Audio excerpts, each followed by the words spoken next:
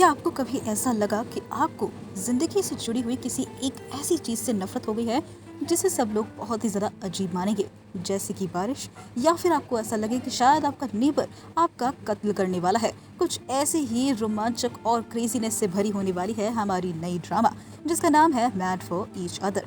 जहां आज हम इस ड्रामा के बारे में बात करने वाले हैं फर्स्ट एपिसोड में कि किस तरीके से एक लड़का और एक लड़की, जिन दोनों को ही एक बहुत ही अजीब तरीके का डिसऑर्डर है, जिस वजह से इन दोनों की किस्मत भी जुड़ जाती है और दोनों को ये पता ही नहीं होता कि दोनों एक दूसरे के नेबर्स ही है। ये कहानी अब एक रोम कॉम होने वाली है, तो इस कहानी को देखने के लिए आप सभी एक्साइटेड हो जाइए और अब सीधा फर्स्ट एपिसोड की तरफ बढ़ते हैं। जहाँ एपिसोड की स्टार्टिंग में दिखाया जाता है कि नो होवी नाम का एक लड़का है जो कि बारिश से बेहद नफरत करता है, जैसे कि बारिश से तो उसे कोई पर्सनल दुश्मनी हो। जिसके बाद हावी अपने डॉक्टर के पास जाता है और बारिश के लिए अपनी अजीब सी नफरत को बताता है और हमें पता चलता है कि हावी को पोस्ट ट्रॉमेटिक एम्बेटमेंट डिसऑर्डर है, जिस वजह से वो ज़्यादातर सोता रहता है या दवाइयाँ ही खाता है, जिससे उसे बारिश को फेस ना करना पड़े।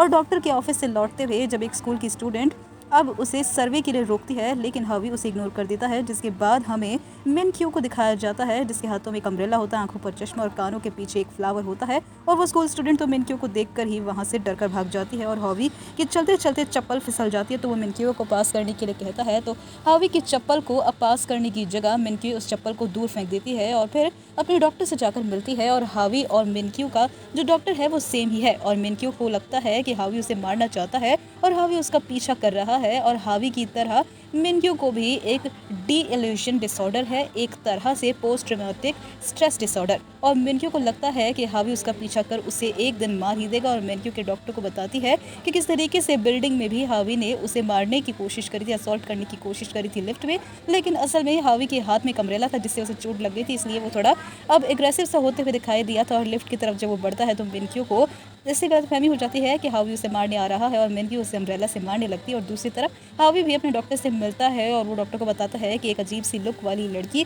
ने उसे बिना वजह ही अम्ब्रेला से मारा। और मिनक्यू को हर चीज़ को बार बार चेक करने की आदत होती है, जैसे कि गैस नॉब को और उसकी खिड़कियाँ बंद है या नहीं, क्योंकि उसे ऐसा बार बार लगता है कि शायद उससे कोई मार सकता है या फिर उसे खतरा है। जहाँ नेक्स्ट सीन में मिनक्यू को हावी अब जनरल स्टोर में भी दिख जाता है और वो वहाँ से डरकर जनरल स्टोर वाली लड़की को हावी के लिए सतर्क करके चली जाती है। जिसके बाद हावी भी बहुत अजीब सा बिहेव करता है जब वो ठीक से चेक नहीं करता अपने कप नूडल के बॉक्स को और फिर जनरल स्टोर वाली लड़की को एक ओपन और यूज्ड नूडल बॉक्स को रिप्लेस करने के लिए कहता है। तो जनरल स्टोर वाली लड़की मिनक्यू की वार्निंग के बेसिस पर हावी को वहाँ से जाने के लिए कहती है और जब वो जाने के लिए मना करता है तो वो पुलिस बुलाने की भी वार्निंग दे देती है। जिसके बाद हावी अपने नूडल्स को फिनिश करता है, जिस वजह से उसका पेट खराब हो जाता है। तो वो जनरल स्टोर वाली लड़की को वॉशरूम यूज़ करने के लिए पूछता है, लेकिन वो मना कर देती है। जिसके बाद हावी जल्दी जल्दी घर के लिए निकलता है क्योंकि उसे डायरिया हो जाता है। और फिर जब वो रास्ते से जा रहा होता है तो एक और बार उसे मिनक्यू दिख जाती है और वो हावी से डर कर भागने लगती है। और मिनक्यू जो होती है वो उसकी पड़ोसन ही है हावी। और हावी जल्दबाजी में अपने घर पहुंचता है तो वो देखता है कि टॉयलेट में तो उसके पापा होते हैं और हावी अपने पेरेंट्स को अपने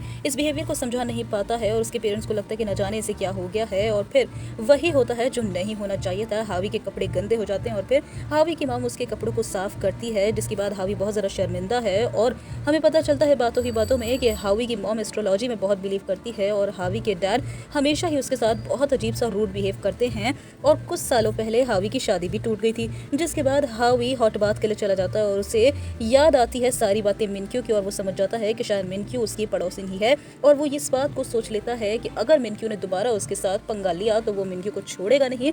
जहाँ मिनक्यू अपने घर की सारी चीज़ों को अब चेक कर रही होती है कि सब कुछ ठीक है, किसी चीज़ से खतरा तो नहीं है। और वो खाली कार्टून के बॉक्सेस को लेकर अब नीचे आती है उन्हें डंप करने के लिए, जहाँ पर अब गार्बेज बॉक्स के नीचे अब उसे एक डॉगी दिख जाता है। और वो डॉगी जब मिनक्यू से दूर दौड़ रहा होता है तो वो उसके पीछे पीछे अब कार पार्किंग में पहुंच जाने वाली है, जहां पर अब उस डॉगी को ढूंढ रही होगी और हावी भी आ जाएगा क्योंकि उसे किसी काम से जाना था कहीं। और हावी मिनक्यू को देखते ही कहता है कि अरे तुम फिर से तुम मिनक्यू अब डर जाती है और पैनिक हो जाती है और सीसीटीवी कैमरा के सामने जाकर हेल्प हेल्प चिल्लाने लगती है और एक गाड़ी के ऊपर भी चढ़कर कूदने लगती है। तो हावी बहुत ज़्यादा चौंक जाकर कहता है उसे रुकने के लिए, लेकिन वो नहीं रुकती और यहीं पर यह एपिसोड एंड हो जाता है। तो ये दोनों तो बिल्कुल क्रेजीनेस से भरे हुए हैं, तो आने वाले एपिसोड्स और भी ज़्यादा एक्साइटिंग होने वाले हैं। तो आने वाले सभी एपिसोड्स की अपडेट के लिए हमारे चैनल को सब्सक्राइब कर चैनल की नोटिफिकेशन बेल आइकन को जरूर ऑन कर ले, वीडियो को जरूर लाइक कीजिए और इस नई ड्रामा के लिए आपके क्या व्यूज़ है हमें कमेंट बॉक्स में ज़रूर बताएं। Till then take care, bye bye.